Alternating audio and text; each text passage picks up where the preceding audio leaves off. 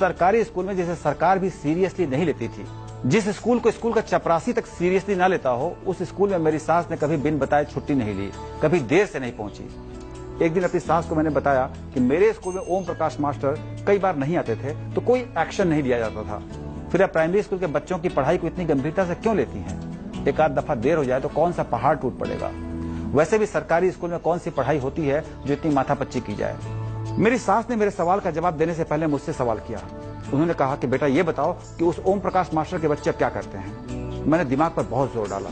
फिर मैंने बताया कि उनके बच्चे क्या कर रहे हैं ये तो नहीं पता, लेकिन उनकी बड़ी बेटी 10वीं तक ही पढ़ाई कर पाई थी। फिर उसकी पढ़ाई छूट गई। बेटा भी ठीक से नहीं पढ़ पाया तो छोटा मोटा कोई काम उसने पकड़ लिया। मेरी सास ने कहा, उन सभी मास्टरों को याद करो जिन्होंने अपने काम को ईमानदारी से अंजाम नहीं दिया। मेरा मतलब पढ़ाई में कोताही बरती, बच्चों को पढ़ाने की जगह स्वेटर बुनने या घर के काम करने में समय खर्च किया या ट्यूशन आदि पर अधिक ध्यान दिया। मैंने फिर दिमाग पर जोर डाला। पंडित मास्टर जी की याद आई। संस्कृत पढ़ाते थे। पढ़ाते क्या थे? बातें बनाते थे। बच्चों से कद्दू, पपीता, केला बतौर उपहार लेकर कॉपी में नंबर दिया करते थे। उस पंडित मास्टर की बेटी पता नहीं क्यों छठी के बाद ही स्कूल छोड़ गई थी। बहुत बाद में पता चला कि उसकी शादी हो गई थी, पर पति ने उसे भी छोड़ दिया था। फिर एक एक कर मैंने बहुत से मास्टरों को याद किया।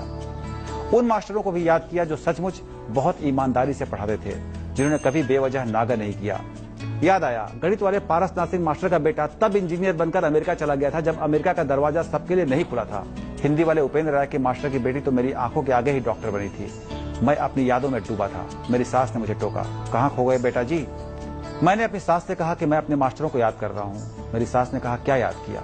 यही कि ओम प्रकाश मास्टर के बेटे ठीक से नहीं पढ़ पाए। संस्कृत के मास्टर की बिटिया का भी यही हाल था। पारसनाथ सिंह और उपेंद्र मास्टर की कहानी भी मैंने उन्हें सुनाई। मेरी सास मुस्कुराई। उन्होंने कहा कि मैंने इसीलिए आपको याद करने को कहा था। जो मास्टर बच्चों के भविष्य से खिलवाड़ करता है, दरअसल किस्मत उसके साथ खिलवाड़ कर देती है। जिन बच्चों को स्कूल में पढ़ने के लिए भेजा जाता है या जो बच्चे स्कूल में सिर्फ पढ़ने के लिए आते हैं, उन्हें ईमानदारी से पढ़ाना चाहिए।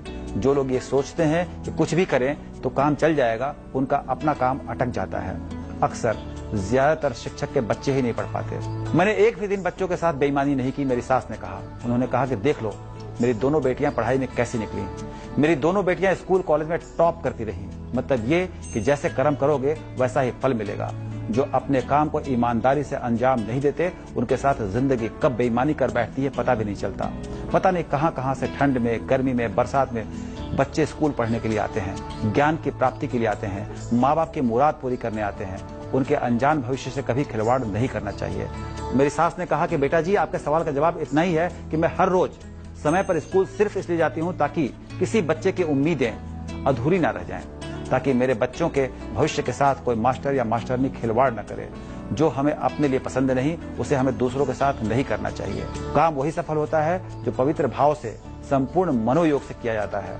मैं स्कूल समय पर जाती हूँ ताकि जो पैसा घर आए वो तन और मन दोनों को लगे। अपनी सास की बात को सुनकर मुझे याद आया कि मेरे पिताजी भी मुझसे कहते थे कि पैसा कितना कमाया इससे ज्यादा महत्वपूर्ण है पैसा कैसे कमाया है। ये जिंदगी की छोटी छोटी बातें हैं, लेकिन